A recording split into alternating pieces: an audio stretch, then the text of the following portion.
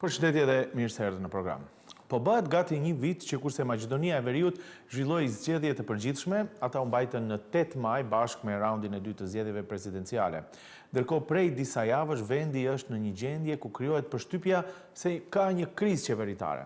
Donse kriza është shfaqur te koalicioni Vlen, që është pjesë e ekzekutivit, kryesisht me diskutimet për shkëputjen prej saj të aleancës së shqiptarëve të zotit Aravari, hapen dilema se çfarë qeverisje kemi në fakt. Kjo lëkundje e majorancës, ndonse stabile, duke marrë parasysh numrat e VMRO dhe VMNS, bën që opozita të akuzojë se qeveria nuk është e krijuar mbi bazë parimesh, por interesash. Ky konstatim ndërkohë shton mosbesimin tek qytetarët, tek institucionet, një problem kronik që krijon elektorat apatik. Nga ana tjetër, proceset e hetimit me rastin e Koçanit, ku po ashtu ka kritika nga opozita se ato janë të njanshme, ndikojnë në mos përmirësimin e imazhit edhe të organeve të hetimit dhe të drejtësisë. Por në një atmosferë të tillë, a bëhen dot reformat e duhura që duhet të çojnë vendin përpara? Të mërkurë në një debat mes shoqërisë civile, qeverisë, mediave dhe ekspertëve, u tha se nëse Maqedonia e Veriut plotëson agjendën e reformave 2024-2027, ajo do të përmbush thuajse 60% të detyrimeve për anëtarësimin e plot në Bashkimin Evropian. Por për një gjë e tillë duhet të ketë një konsensus të plot, siç po duket ose edhe siç ka bërë Kroacia, tha Vladimir Drobnjak, gjithashtu pjesë e debatit, por ai është ish kryenegociator kroat për anëtarësimin në Bashkimin Evropian. Nga ana tjetër, kritikët thonë se qeveria në mënyrë deklarative flet për integrimet, por realisht ka një përmbajtje. A ndryshon kurs Maqedonia e Veriut? Në agjendat kryesore qeveritare, Bashkimi Evropian nuk është më kryefjala, thonë vëzhguesit, por a ndikon gjeopolitika për këtë, sidomos lidhjet e proklamuara të afërta me presidentin Trump? Për gjithë këto, do të flasim sot në program, ku të ftuar kam një profesor universitar, ai është Nenad Marković, i cili ka në fokus studimet politike. Vi благодарам много što ste del od ova emisija. Malce, po големо отварање, бидејќи неколку теми кои секако ја даваат сликата на тоа што отприлика имаме една година од изборите и дали се ниша владата, дали има криза и што значи ова за реформите, но кратка пауза и ќе почнеме директно со сите прашања. И një shkëputje dhe rikthehemi më njëherë. Jemi kthyer në studio, Nenad Marković, profesor universitar për studime politike. Profesor Marković, како што реков и во отварањето на емисијата, очекувано ли е за вас да има таа перцепција што се креира, некаква криза во владата или во владината коалиција кога има толку стабилни бројки? Баш заради стабилните бројки мислам дека уште не се работи формално за криза, се работи можеби за првиот сериозен тест на стабилноста на владата и незината бројност, кој може да биде за прв пат загрозен во смисла на останувањето или неостанувањето на Армен Таравари и неговите 6 пратеници во владината коалиција. Очигледно се наоѓаме пред една ситуација која е многу тешко решлива, заради тоа што од една страна, како што сите знаеме, како што тој најави, ќе оди сам на локалните избори.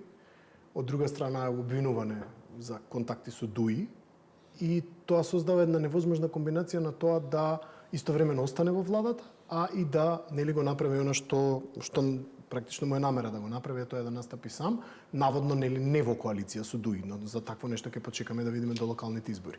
Тоа значи дека бројноста ако испадне од влада, зашто останатите партнери во Влем прават огромен притисок очигледно, тогаш бројот на албански пратеници во владата драстично ќе се намали, тогаш се доведува фундаменталните принципи на тоа како се составува влада да ќе се доведат во прашање. Ово е момент да го анализираме. Прво, што би значило тоа за премиерот во контекст на тоа, како што и вие спомнавте, како тоа ќе се гледа кога без разлика што очигледно бројките ќе бидат стабилни, но нема да има доволно броеви на пратеници од албанските политички партии. Така е, прво ќе биде загрозен Бадентер, тоа е првата работа. И втора работа што таа диспропорција која ќе се јави на пратеници албанци кои учествуваат во владата и оние кои не учествуваат ќе биде многу нарушена. Сега се работи за релативно мала бројка која е, ајде да речеме во некоја мера толерабилна, ајде да кажеме, ако така можеме да се изразиме. со обзир на сите дискусии кои беа и пред, нели, за време на предизборието, дека Дуи победил со гласови од другите етнички заедници и така натаму, ајде да речеме дека тука има некакви аргументи кои може да оправдаат постојната поделба на пратенички места, односи на сили и така натаму и така натаму. Меѓутоа, доколку овие 6 пратеници излезат од играта, потоа тој баланс ќе биде прилично нарушен во, нели, во однос на во правец на тоа да нема практично доволно учество на албанските политички партии и генерално на албанскиот фактор во владата, што секако ќе доведе до одредени потреси и нестабилности.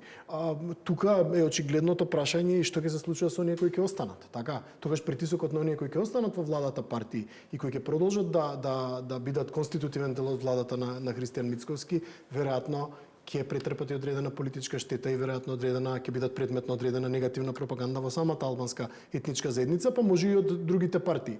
Така да се оди во правец на тоа да овој баланс на сили се поремети, оди во правец на оние кои заговараат тезата дека сепак во одреден момент ВМРО и Мицковски ќе мора во игра да го вратат Дуи на еден или втор начин, дали ќе го прикажат како реформиран, како некој ново Дуи, дали ќе барат да се тргнат одредени луѓе, бидејќи сепак се чини дека Дуи е каков таков, со сите своји мани и критики кои можеме да му ги упатиме, а можеме да упатиме многу, сепак е постабилно, се чини дека е постабилна структура со која е полесно да се соработува, затоа што на некој начин има и врат и опашка, за разлика од Влен, кој е евидентно во некаква константна трансформација, кој никогаш не доби некој дефинитивен идентитет, а сега со она што го говориме е и комплетно како структура загрозен. Во Влен има две моменти, нели? Првиот момент е таа криза нивна, каде што господин Таравари, што се случува со неговиот дел, веќе го зборуваме.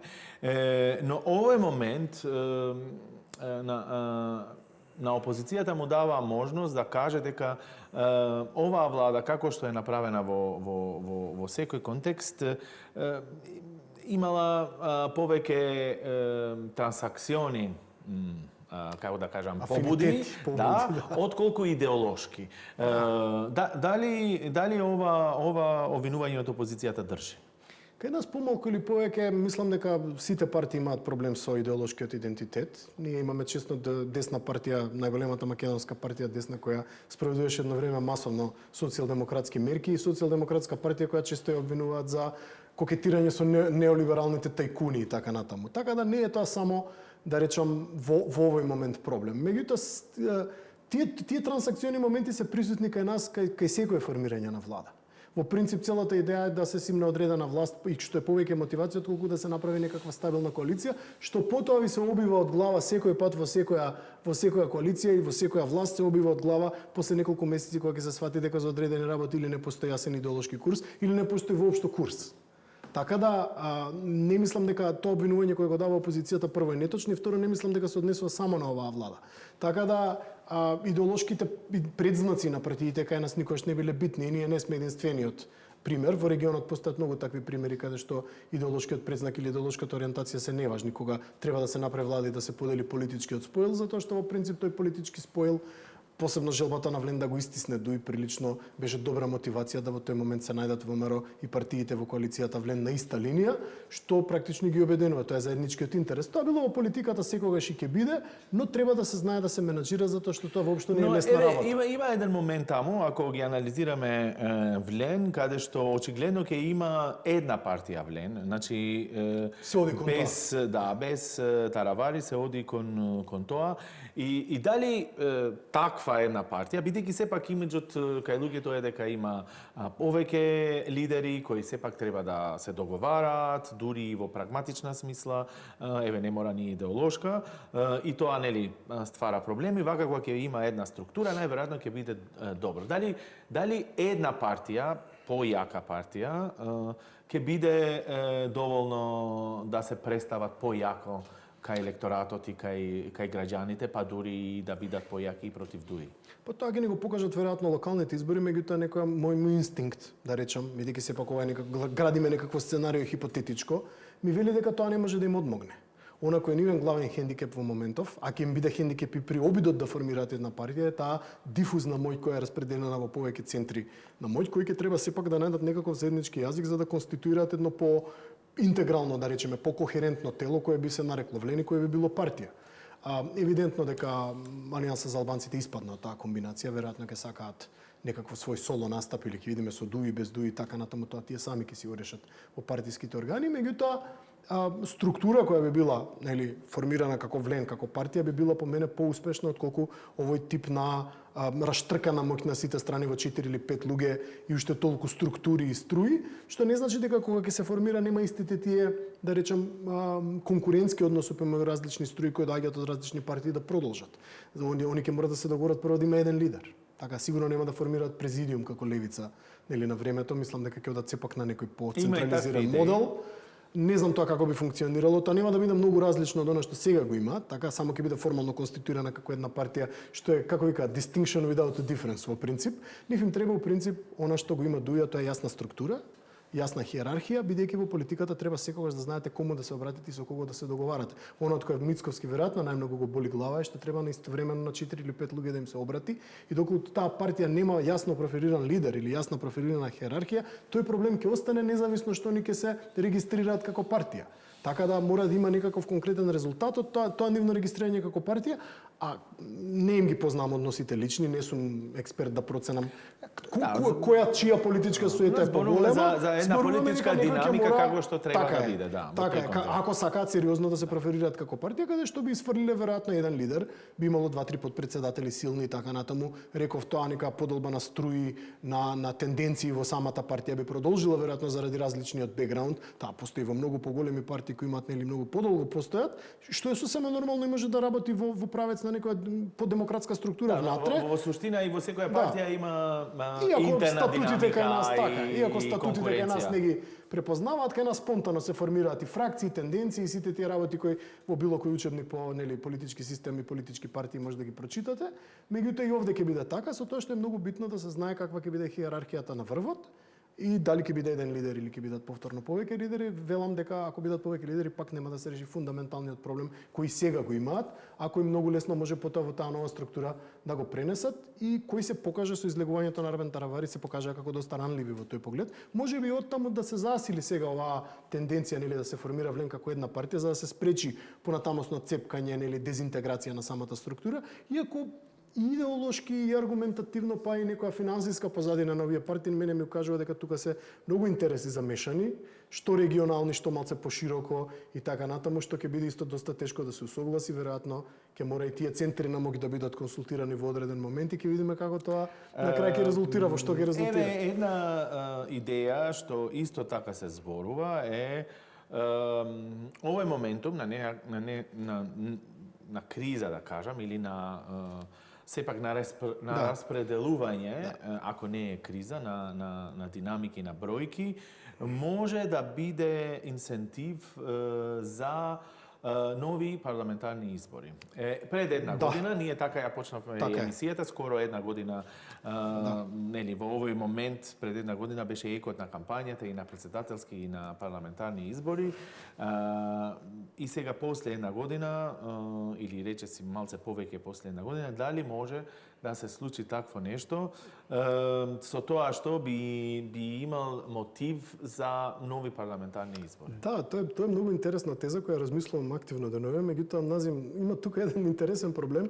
Мене ми се чини дека предвремен парламентарни избори никому не му одговараат. Особено не на ВМРО и СДСМ. Зошто? Мислам дека СДСМ нема некој раст на рейтингот во последно време. Не мислам дека имаат некаква сериозна рехабилитација доживеано, можеби некоја мала или да се тука од прилика со истите гласови од парламентарни избори, а ВМРО сигурно не може да го повтори успехот од претходните. После Кочани малце потешко, не мислам дека е ударот на нивниот рейтинг голем, но постои. Да не забравиме дека сепак парламентарните избори беа резултат на некаков бран кој се понесе од тоа дека треба нели да се казни СДСМ по секоја цена за сите своји злодела и така натаму, како што вообичаено тоа кај нас бива за парламентарни избори, и мислам дека тој бран беше толку висок што сега е невозможно да се фати повторно. Не мислам дека ВМРО може да смета на тој број на пратеници, на тој број на гласови, што потоа ќе биде интерпретирано како слабост, како одреден пат во рейтингот кој релативно брзо дошол. Сега, знаете како, ВМРО е во таква ситуација жртва на сопствениот успех од минатите парламентарни избори. И мислам дека и на раководството таму им е јасно дека 58-59 пратеници се веќе во доменот на научна фантастика, можеби 52-3 не се, меѓутоа 58-59 се. А СДСМ исто така не знам колку сака заради тоа што не мислам дека направија некој револуционерен брейктру, да речам, некој револуционерен пробив во меѓувреме, дури мислам дека си прилично пасивна опозиција во последно време и не сум сигурен дека имаат повратено дел од својот рейтинг или барем да приближат дел од неопределените гласачи, уште се во некоја недовршена транзиција на партијата и така натаму за која ќе треба уште малку време. Сега албанските партии ситуацијата малку поинаква, таму може да се расчисти теренот ако има предвремен парламентарни избори, така да на крајот сепак можеме да завршиме ако оваа криза продолжи, може би на крајот ВМРО да реши дека е тоа добра идеја, независно по тоа што може да падне во број на претеници, затоа што ќе мора некој конклузивно решение да се најде. Еден многу добар познавач, поранешен политичар, активен секако до битни партии, на сличен разговор ми рече, ама ти размислуваш како новинар, како граѓанин, политичките партии размислуваат друго, бидејќи ако има избори, ВМРО ДПМН или и ова влада, од прилика се, нели, така има калкулации дека можеби ќе биде слична, ќе добие уште една година мандат. Значи наместо 4, суштина ќе добијат со ова едно 5. Дали ваква логика може да доминира? Во принцип, таа навика да се прават предвремени парламентарни избори, не мислам дека има партија која би ја пропуштила, посебно ако знае дека рейтингот им е добар, меѓутоа велам, не сум сигурен дека Мицковски сака да покаже слабост во таа смисла. Можеби ќе се сочека, што е проблемот? Проблемот е што Кочани се случи прилично брзо, што е прилично неизвестно какви се рейтинзите после Кочани. Јас искрено не мислам дека има некој голем удар врз рейтингот на ВМРО ДПМН, но велам, тој бран не може да се фати кој беше фатен за последните парламентарни избори. Тоа беше сепак едно изненадување, посебно во однос на малиот број на пратеници на Социјалдемократскиот сојуз и прилично огромниот број на пратеници на ВМРО, кој по мене не може да се повтори. Така да сега, вие ќе купите една година, меѓутоа ќе покажете веќе пукнатини во самата структура, што за политичките партии никогаш не е добро. И вообичаено важи тоа правило кое досегаш во 100% од случаите се покажало точно, кога еден пат ќе почне многу тешко се запира. И ако биде ВМРО соочен, например, да има 52 или 53 или 55 пратеници на следните, или не дај Боже да се случи нешто драматично и помалку од 50, во кое јас искрено не верувам, тогаш веќе имате вие проблем зошто тој пат се случил, кој е за тоа одговорен, ќе почнат комешања, како што тоа се вели внатре во партијата, али сте купиле 4 години, но исто паралелно стабилна коалиција со еден постабилен албански партнер, да речем. Да, тоа ќе биде бенефитот втор. И да не се лажеме, тоа може да биде и дуи. Несомнено да не прејудицираме, несомнено во овој момент да биде као инцентив за можни други. Тоа е вториот ризик на Мицковски, да не забораваме назим дека он дојде врз база на две ветувања. Првото беше дека бугарите во устав нема да влезат и второто ветување беше дека дуи во влада нема да се врати. Ако јас не ги знам рейтинзите кај албанскиот фактор во моментов и не би сакал да ги коментирам. Втора работа многу е рано за такви коментари, меѓутоа доколку има значителен број на пратеници повеќе дуи, па дури ако Алијанса на пример реши да коалицира, тоа веќе ќе го зголеми сериозно контото на пратеници на политички потенцијал на таа некоја, како да наречеме, друга страна која е сега опозициона, тогаш нема да има многу избор за ВМРО ДПМН и за Мицковски. Тоа е едно можно сценарио. Не велам дека ќе се случи, велам дека е можно сценарио. Со што практично двете основни ветувања кои Мицковски ги даде може да му бидат загрозени. Зошто? Затоа што под еден, дуи ќе мора да се врати во влада како конститутивен фактор. Веројатно тука пиарот ќе биде дека тоа е некој ново дуи, ќе се барат некои луѓе да се тргнат, да не ги гледаат, нели окото на јавноста да не ги забележува и така натаму. Ајде да речеме дека тоа може и да се изработи. Меѓутоа, очекувањата на тие партии ќе биде да се мрдне нешто во однос на внесувањето на бугарското малцинство во уставот. Така, тоа е сигурно нешто што дури на локални, ако е тоа и релевантно за локални избори, ќе се говори како тема. И ако тие влезат во некоја влада, ако има предвремен парламентарни избори, тоа ќе биде првото барање кое веројатно ќе биде испорачано. Не сум сигурен дека можеби Таравари не се повлекува или не се пишмани за учество во владата во овој момент од тие причини. Дали веројатно мисли дека така, од една страна смета дека има повеќе шанси, од друга страна долгорочното останување во влада, а не решавање на проблемот на европските интеграции кој во овој момент се чини нерешлив, може да му нанесе штета и веројатно он реши да се евакуира на време пред да почне тоа сериозно да му го разјадува политичкиот капитал. Затоа велам дека ако има некоја следна политичка партија или постабилна структура кај албанците која ќе учествува во владата, би требало да учествува, се разбира, ќе има силен притисок и второто барање кое го даде да му биде загрозен и да попушти. Овој делот со интеграциите е исто така битен. Во средата имаше една средба каде и господин Дробњак даде неколку идеи, он понекогаш ја консултира и владата, но ќе зборуваме за тоа. Пред да одиме за реклами, само уште едно прашање во овој блок. Еве зборуваме за ситуации, тензии, неколку недели, тоа влечење, што се случува со Влен или дали има некаква потешкотија. Колку ова, без разлика кои се сега имињата, влијае лошо кај граѓаните, бидејќи тоа што очекуваа сите е да има постабилни институции. И така е. Колку влијае ова во недовербата, која и така беше голема кон институциите?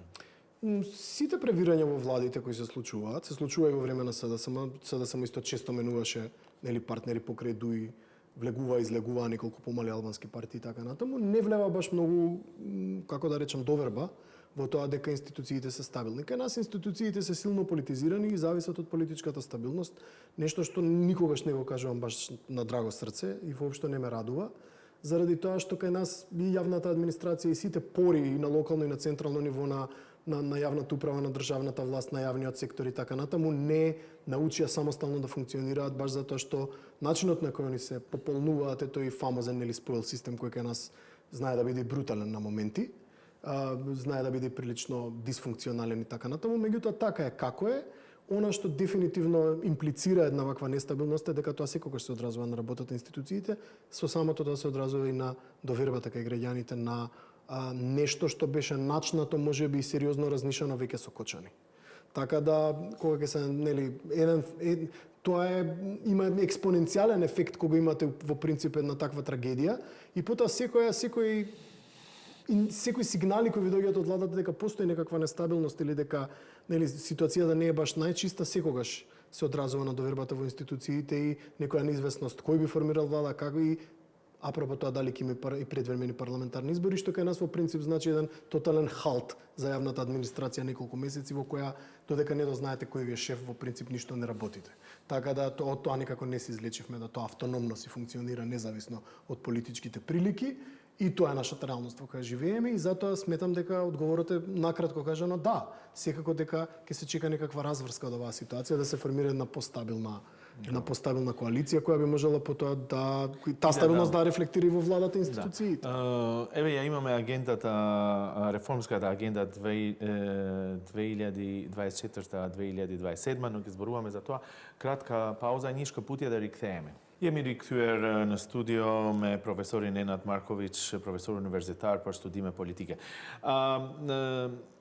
Зборуваме за се ова што се случува, но во средата спомнав и предмалку во една дебата помеѓу цивилното општество, новинари, владини институции за реформите и интеграциите, беше дадена една констатација во која дебата беше и Владимир Дробњак, кој е главниот преговарач беше помеѓу Хрватска и Европската Унија и на некој начин се смета дека тој помогна многу при овој процес, каде што се спомна дека ако владата е фокусирана, без разлика што ќе се случи со Уставот и со промените на Уставот, но ако до 2027 се преземаат сите реформи кои би биле посветени, скоро 60%, значи оваа бројка се даде, скоро 60% од реформите би биле исполнети за тоа што треба за полноправно членство. Но со се ова што се случува, како ќе се случуваат реформите кога нема консензус ни внатре во владата, а нема ни општествен консензус? Започна за прв пат во историјата на државата, започна некакво формирање на работни групи, додуше албанските партии беа исклучени од процесот, што не беше некако добар сигнал. Помеѓу ВМРО и СДСМ да се формираат некои работни групи за прашања кои ќе бидат вон опсегот на некаква дневна политизација. Јас секогаш сум сметал дека тоа е добра идеја. Беше замерено дека тоа не е баш најделиберативниот модел затоа што е на лидерски средби и се согласувам дека во принцип е така. Меѓутоа ајде да видиме дали имаме капацитет да и со вклучување нормално и на албанските партии да се продолжи со еден ваков проект во кој би се сетирала некаква агенда слична на реформската, во кој би се решиле главните прашања кои не мачат, нели, од образование преку не знам, јавна администрација, преку судство, преку здравство и така натаму, кои нема да бидат предмет на дневна политизација. Јас сум се уште скептик, прилично резервиран по идејата, затоа што не знам дали работни групи на политичките партии го имаат капацитетот и волјата да не профитираат дневно од вакви теми, со оглед на тоа дека и одредени партии веројатно и нема да учествуваат во ваков проект. Тука не мислам на албанските партии, тука мислам на некои други партии кои веројатно не би сакале да се откажат од привилегијата дневно да профитираат од такви теми. Меѓутоа јасно е дека живееме, и тоа чисто го повторувам, во таа една лажна дилема дека она што го бара Европската унија е различно од она што ние сакаме да го направиме. Вие погледнете што се бара од нас во тој предпристапен процес, ќе сватите дека тоа е тоа што ние сакаме со години да го направиме, а не успеваме. Тоа што Акито го содржи и тоа што ги содржат потребните реформи кои ни требаат за влез во Европска унија, истото тоа за кое ние разговараме со години. Меѓутоа кај нас се направи некако лажно раздвојување, некоја виртуелна дебата дека нели Европската унија она што го бара од нас е нешто многу поразлично од некоја внатрешна динамика која ние имаме и која треба да ја оствариме во однос на круцијални области кои треба да се реформираат. Не, всушност тоа е во 90% истото. Проблемот станува, се разбира, внесувањето на бугарите во уставот, кој ако си има трпение може да се случи на крајот од процесот. Да, но кога се работи за сигналите не одат натака. Да, кога се работи за консенсусот, и еве вие го спомнавте и Кочани неколку пати, значи што гледа еден граѓанин во момент на една трагедија, каде што на некој начин се очекува да има разбирање институциите да се надминат, нели, и да не гледаме на институциите по политички терк, ние после само неколку дена, можам да кажам, нели, имавме препукување политички или за политизација на процесот. Ова истото го поставува прашањето колку е зрела целата политичка класа за битни стратешки прашања да има консенсус. Па да, тоа е тест кој мислам дека сите партии го падна во однос на Кочани. И јас дента кога се случи реков дека ова многу брзо ќе се ispolitizirаме, беше замерено како изјава, дека сум бил нели безчувствителен и така натаму, меѓутоа јас само во целата таа трагедија го следам својот политички инстинкт дека знам што ќе биде. Мислам тоа ќе се сведе на тоа не сме ние криви, вие сте криви. И дека сите партии во принцип, особено големите македонски партии, ќе пробаат тој наратив да го форсираат. Тоа е придружено и со еден прилично, ќе видиме дали е несреќен, меѓутоа многу чуден избор на правна стратегија во целиот случај, така наречената стратегија на долгорочен каузалитет, за која не сум експерт да зборувам во детали, меѓутоа оно што го гледам од реномирани правници како реакција е прилично неубедлива. Така да ќе видиме, меѓутоа што помага? Помага во тоа да се помене да се разводни целиот процес низ нели луѓе кои ќе ги апсите кои биле на одредени позиции во последните 20 години и не треба да сте многу интелигентни да сватите дека добар дел од овие случаи ќе паднат на суд. Што правите? Му доволувате на тој краткорочен гнев на народот, нели посочувате луѓе кои ќе ги обвините или посочувате виновници во целата таа ситуација и потоа ќе следи еден комплетен антиклимакс кога судството дел од тие случаи или ќе завршат со многу млаки пресуди или ќе бидат отфрлени. Затоа што не сум сигурен дека таа, барем според она што реномирани правници го кажуваат, дека таа стратегија на долгорочен каузалитет ќе функционира. Така да тоа е уште една работа која загрозува целата оваа ситуација и особено ќе биде лошо за владеачката структура ако се сведе на тоа сите сте виновни освен ние. Тоа народот ќе го препознае, ќе го види и мислам дека може и многу брутално да го казни. Затоа што овде ќе се бара одговорност од сите и се надевам дека владеачката партија и владеачките партии нема да прибегнат кон таа стратегија чисто заради некаков краток политички ќар, затоа што тоа може да ги однесе во многу подолгорочен политички зијан. Така да ќе видиме, ова е процес кој се уште се развива, ќе видиме кој е дефинитивниот број на уапсени, процесуирани, каков епилог има, меѓутоа епилогот за некој од нив се насетува. Но еве како што објаснувате прашањето е толку ли е голема поделбата и политизацијата што во никој момент дури и во стратешки цели не може да се најде човек или институција кој на кого ќе му се верува. Ја го спомнувам неколку пати господин Дробњак, бидејќи тој во тој момент беше личноста каде за кого никој немаше во Хрватска дилема или без разлика нели колку и влади беа бидејќи се менува, ако таа институција преговорите во тој момент нели се викаше на политичките партии ова мора да се случи, се правеше меѓу другото и Анте Годовина и херојот на предавањето нели во Хаг, на херојот на Хрватска кој беше една од најтешките можеби ситуации за Хрватска. Нешто слично имаме и ние, значи тешка одлука, но сепак имаше личност каде што или ако не личност, имаше политички консенсус за некои моменти. Зошто ова не може да се постигне кај нас? Бидејќи нема постратешка цел, а сите ова го кажуваат, Северна Македонија да биде членка на Европската унија. Назим, јас искрено мислам дека тоа веќе не е стратешка цел на дел од политичките партии. Мислам дека остана на ниво на гола реторика. Не велам дека за тоа се криви македонските политички партии, не велам дека за тоа крив ниту македонскиот, ниту албанскиот народ во Македонија, не велам дека за тоа се криви, не знам, трети фактори така натаму. Самата можност да се билатерализираат вакви проблеми по мене и тоа што навремено не се пристапи кон стратегија која би била -1, -2 или при одлучување за проширување, доведоа до серија на несреќни настани каде што малите држави, оние малце по-немокни држави на Европската унија, токму овој механизам на можност за уцена и билатерализација на прашања кои се по мене апсолутно анахрони, кои не би требало веќе да се разговараат, да ги факторизираат политички. Тоа за жал е вина на целиот процес и неговите несовршености и асиметричноста на самиот процес, меѓутоа факт е дека тоа доведе до една ситуација каде што ја веќе не мислам дека за дел од политичките партии ова е воопшто приоритет и не сум оптимиста дека дури ни по локалните избори ќе се пристапи кон решавање на ваквото нешто. Затоа и реков дека можеби Таравари сака малку да се евакуира од оваа ситуација каде што проценил дека со ова прашање никој нема да се занимава во скоро време.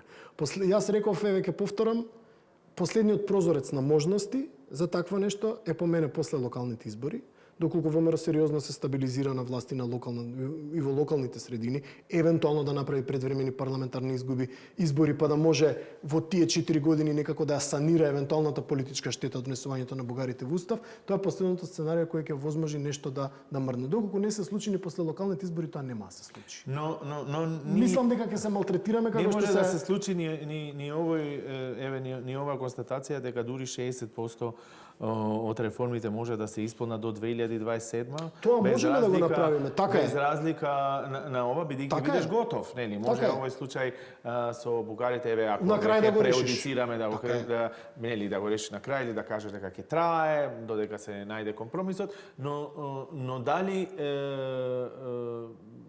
и ти ја делиш таа констатација, како што и критичарите викаат дека во суштина интеграцијата во Европската унија се молчи во наводници, нели молчи? Апсолутно, во моментов не е тема, во моментот е само на некакво декларативно ниво, затоа што ги знаеме бројките на јавноста како одат, посебно кај етничките македонци.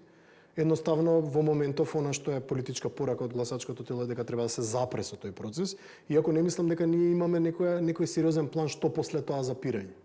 Мислам дека во моментов е тоа приоритет да се запре за тој процес, да не се внесуваат бугарите во устав, меѓутоа што потоа е прашање на кое во моментов немаме одговор. Добро, реформите се согласувам, не се врзани толку многу за внесувањето на бугарите во устав и така натаму, никогаш и не биле врзани.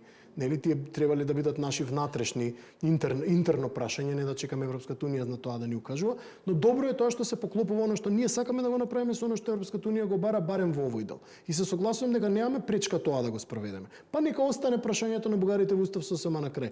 Меѓутоа ќе видиме колкав е нашиот реформски капацитет во наредните година-две веројатно и можеме повторно да разговараме дали треба да бидеме или не треба да бидеме оптимисти. Мислам дека има многу фактори, без да навлагам во никакви теории на заговор или не знам некакви псевдонаучни интерпретации, има и сериозен отпор кон овој процес. На центри на моќ на кои воопшто не им одговара интеграцијата во Европска унија затоа што подразбира регулација на определени сфери во кои веќе нема да може да се лови во матно, така.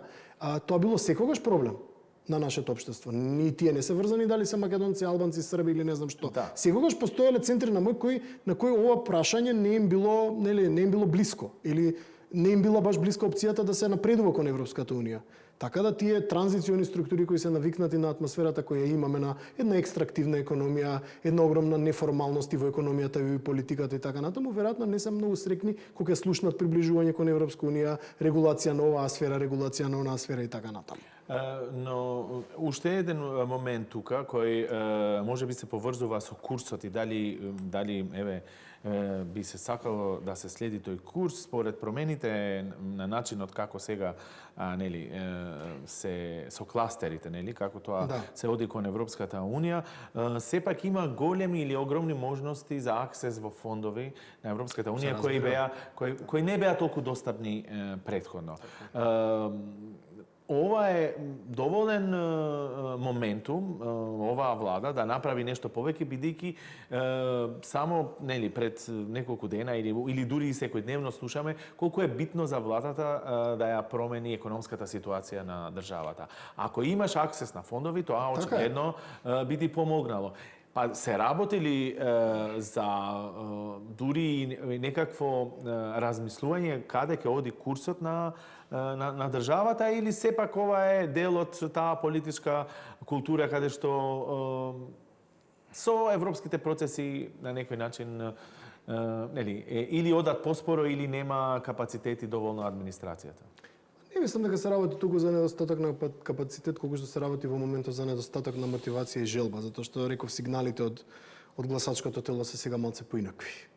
Одат во правец нели на дистанца, гледа со обзир на тоа еден индикатор кој ни укажува дека тоа е така и поддршката кон Трамп и тој некој оптимизам кој се јави нели кон политиката на Трамп, иако ја не можам се уште да видам на што се базира тој оптимизам. Мене ми е комплетно нејасно што би можел Трамп да ни помогне во таа ситуација и каква улога би можел да има. Се надевам позитивна, зашто да не, меѓутоа сепак тоа е прашањето со Европска унија се внатрешни европски прашања, во кој Трамп не верувам во една ваква констелација каде што не му се баш најдобри односите со големите европски лидери, може нешто сериозно да придонесе. Меѓутоа ние не сакаме да придонесе. Во тоа е целата работа. Ние сакаме да се врземе сега за некоја нова приказна која пак од моделот на Deus Ex Machina, исто како приказната со Европска унија, меѓутоа за разлика од Европската унија, ти направи добра поента, не нуди предпристапни фондови. А предпристапните фондови кај многу држави беа една од главните мотивациони и економски фактори да напреднат. Оние pre-accession funds кои се даваат нели или веднаш по влегувањето во Европска унија уште повеќе, и тие се сериозен економски двигател. Сега Северна Македонија беше една од првата држава што доби фондови сега со новиот механизам, дури од другите држави, што значи дека има можности.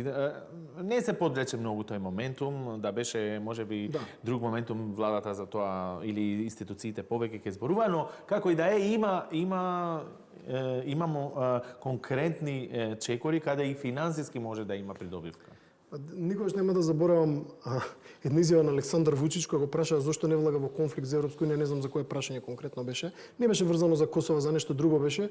И рече па не смеам вика да влегувам вика сериозно во битка со Европска унија затоа што фондовите кои ни ги даваат ако ги повлечат вика банкротиравме, нема да можам плати да исплатам. Сега веројатно кај нас ситуацијата не е толку драматична, меѓутоа вистина е дека на располагање ни стојат огромни пари кои може малце да дадат буст на економијата, ако е во принцип како што речи ти, ако е приоритет на владата такво нешто, во тој случај би требало да се земат овие фондови сериозно во предвид, особено што ја не гледам дека по повлекувањето на USAID постојат некои други сериозни фондови. Иако повлекувањето на USAID е многу помал удар од што луѓето тоа го претпоставуваат. Беше удар во одредена мера на делот.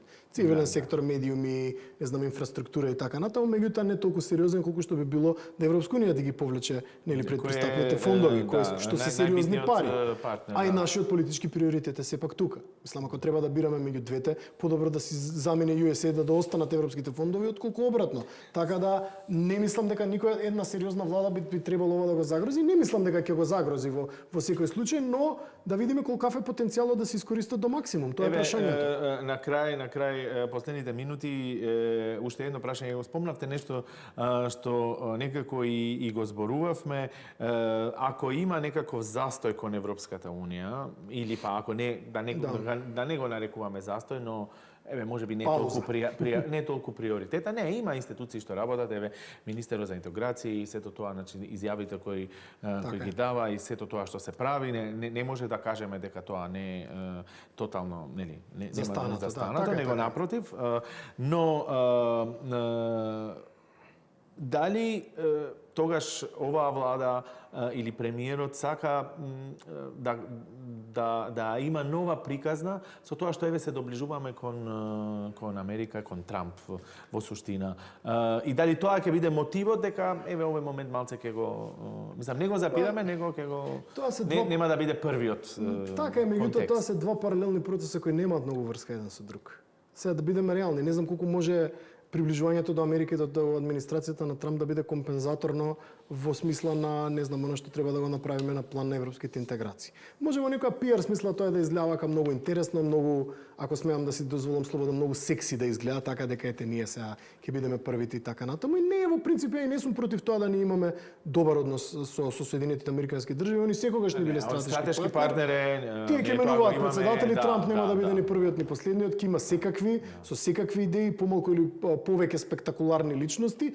И не сум против тоа да се има добри односи. Меѓутоа, тоа нема никаква врска со нашата европска интеграција, особено во ситуација на едно напрегање кој постои меѓу Европа и Америка, ниту па треба да се доведеме во позиција кај што ние нешто дефинитивно ќе бираме меѓу едното и другото. Тие два процеси можеме да ги тераме на едни паралелни шини, без при тоа да го загрозиме ниту едниот ниту вториот, со тоа што по мене не треба да се истрчуваме во ситуација каде што ќе се јавуваат тензии помеѓу Америка и нели Европската унија, да бидеме ние првите кои ќе заземат страна. Напротив, мислам дека тука треба да бидеме многу трпеливи стратези во целата ситуација.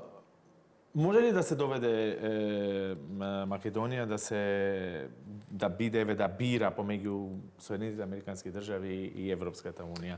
Со се што се случува во геополитиката, бидејќи тоа влијае нели и во многу односи. Еве се зема веќе Трамп како модел во многу аспекти и сегменти во општеството. Имаме среќа што сме мала држава и што мислам дека никој нема сериозно да не праша за тоа на која страна сме. Ние можеме самите евентуално да се истрчаме во таква ситуација. Јас мислам дека на крајот сепак сум оптимист дека тензиите помеѓу Соединетите американски држави и Европската унија ќе спласнат. Мислам дека таа работа малце ќе влезе во некаков хијатус постепен. Можеби ќе има повремени, нели, иритации, повремени тешки зборови и така натаму. Меѓутоа не мислам дека Америка во целата своја реторика, која можеби изгледа радикална, губи предвид дека сепак Европа е една од најголемите сојузници кои ги има, посебно кога ќе помисли нели ако ништо друго барем на Кина. Така да брзо администрацијата на Трамп ќе разбере дека во Европа нема непријател и ова со царините секако ќе се среди подоцна или мислам порано или подоцна и мислам дека ќе деескалира и не мислам дека ќе бидеме доведени во ситуација да треба да бираме. Со тоа што реков, самите не треба премногу да скокаме и да се правиме паметни во вакви ситуации, затоа што знаете каде што слоновите газат, мравките се секогаш нели изгазени, така да во принцип треба да внимаваме што правиме, заради тоа што во принцип нас ни треба пријателство со обете страни, ни требаат солидни односи, ни треба една мудрост и една воздржаност која мислам дека ќе ни се исплати на долг рок.